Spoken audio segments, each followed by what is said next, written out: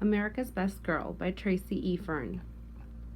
Stroke, stroke, stroke. Gertrude Trudy Ederle was 14 miles off the coast of France and 7 miles from her goal, the coast of England. She had been swimming for 11 hours through frigid water.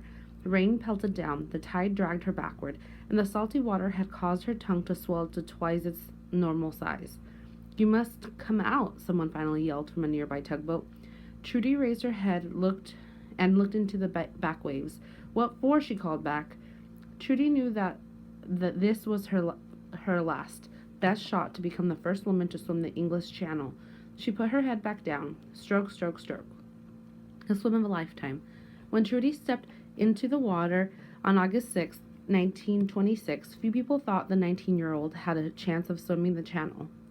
Although the narrow sea that separates England from France is only 21 miles wide, the tides are treacherous, the water is bone-chillingly cold, and the weather is unpredictable. To make matters worse, the channel was laced with raw sewage, stinging jellyfish, clinging seaweed, and heavy ship traffic. The channel was so dangerous that by 1926, only 5 people in history had been able to swim across it, and all of them had been men.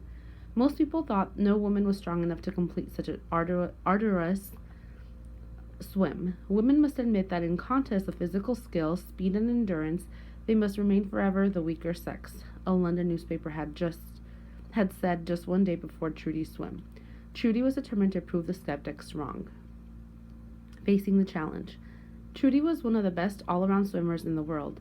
She held 18 world records and had won 3 medals at the 1924 Olympic Games in Paris. Trudy was used to rough seas too. At home in New York, she swam for miles in the open ocean every day during the summer, no matter what the weather, and she had been training in the Channel for the past 3 weeks. But Trudy had tried to swim the Channel once before. In August of 1925, Trudy had come within 6 miles of England. Then she had gotten horribly seasick. Her trainer had to pull her out of the water. Trudy knew that if she didn't make it this time, there was a good chance that her rival, Claire Belle Barrett, would beat her across the Channel. Claire Belle had come within a few miles of completing the swim herself and was planning to try again soon. Braving the rough seas. The sea was chilly 61 degrees Fahrenheit when Trudy waded into the water off Cape Gris-Nez, France at 7:09 a.m. She wore a black 2-piece bathing suit, a skull cap, heavy goggles, and 8 layers of grease to protect her from the cold. The spectators cheered. Trudy waved and plunged in. The tug Alsace chugged along beside her, carrying a sign that read, "This way, old kid," with an arrow pointing forward. Trudy's coach, Thomas Burgess, was on board along with her father, sister, and friends. Trudy started off with a strong crawl, pulling steadily at 28 strokes per minute and kicking 8 beats for every full stroke of her arms. Her space-eating crawl covered the first 4 miles in just 3 hours. Coach Burgess was worried that Trudy wouldn't be able to keep up that breakneck pace. "Take your time," he called out to Trudy, but Trudy just kept swimming. She stopped for her first meal at 10:30 a.m. and sipped beef extract while floating on her back. Then she started swimming again. Her friends hung over the side of the Alsace and sang silly songs to keep Trudy from getting bored. It was working. Trudy was on a world record pace, but by early afternoon it was clear that trouble was brewing. Trudy had chosen this day for her swim because weather forecasts were favorable, but at 1:30 p.m. it started to rain. At first the rain was gentle, but within a few hours a full-fledged storm swooped across the Channel. By 5 p.m. the sea was rough, the tide was running against Trudy, and the stinging spray was being hurled into her face. By 6 p.m. it seemed hopeless. The waves and tide were so fierce that for a few yards Trudy swam, she was pushed back twice as many, and the storm showed no signs of letting up. Coach Burgess leaned over the side of the Alsace and begged Trudy to get out of the water, but Trudy was only 6 miles from the English shore. "No, no," she shouted. She fought the storm for 3 more hours. Finally, the wind and rain eased, and the tide turned. Now it was sweeping her toward the shore.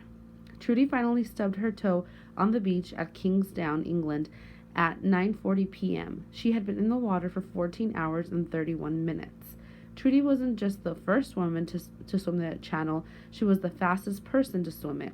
She had smashed the world record time by almost 2 hours. But Trudy's swim had taken a toll on her body. The pounding waves had damaged her hearing, so Trudy eventually gave up professional swimming and became a swimming instructor for deaf children. To get over that channel was my biggest and only ambition in the world, she said. I just know it could be done. It had to be done, and I did it. Trudy's courage, determination, and sheer athletic ability gave women a greater respect for their own powers on the land as well as in the sea, one newspaper said. President Calvin Coolidge agreed. He called Trudy America's best girl.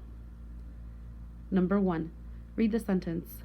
Trudy knew that this was her last, best shot to become the first woman to swing the English Channel. What is the most likely reason that Trudy had this thought? A. Trudy was getting too old to swim the distance of the English Channel. B. Trudy wanted to soon compete and become a swimming instructor for deaf children. C. People would no longer be allowed to swim the English Channel soon. D. Trudy's rival would soon try to swim the English Channel again soon. Number 2. What word best describes Trudy Adderall? Use 2 details from the text to support your response. Number 3. Part A. What is the purpose of the section facing the challenge? Choose 2. A. To explain why Trudy was able to swim the English Channel. B. To compare Trudy to her competitor, Claire Bell Barrett. C. To discuss Trudy's strengths. D. To discuss Trudy's challenges. E. To discuss Trudy's first attempt to swim the English Channel. Part B. Which 2 details from this section best support your answer to Part A? A. Trudy was used to rough seas too. B. But Trudy had tried to swim the channel once before. C. In August of 1925, Trudy had come within 6 miles of England. D. Then she had gotten horribly seasick. Number 4. What was the name of the boat that traveled with Trudy? A. Claire. B. Alsace. C. Burgess. D. Grise Nez. Number 5. Read the paragraph. But Trudy's swim had taken a toll on her body. The pounding waves had damaged her hearing, so Trudy eventually gave up professional swimming and became a swimming instructor for deaf children. What inferences can be made about Trudy from this passage or paragraph? Select all that apply. A. She was determined to succeed. B. She wanted to help others realize their full potential. C. She did not realize the risk of swimming across a channel. D. She did not care about the risks involved from swimming across a channel. E. She was extremely passionate about swimming. F. She quit after she achieved her goal.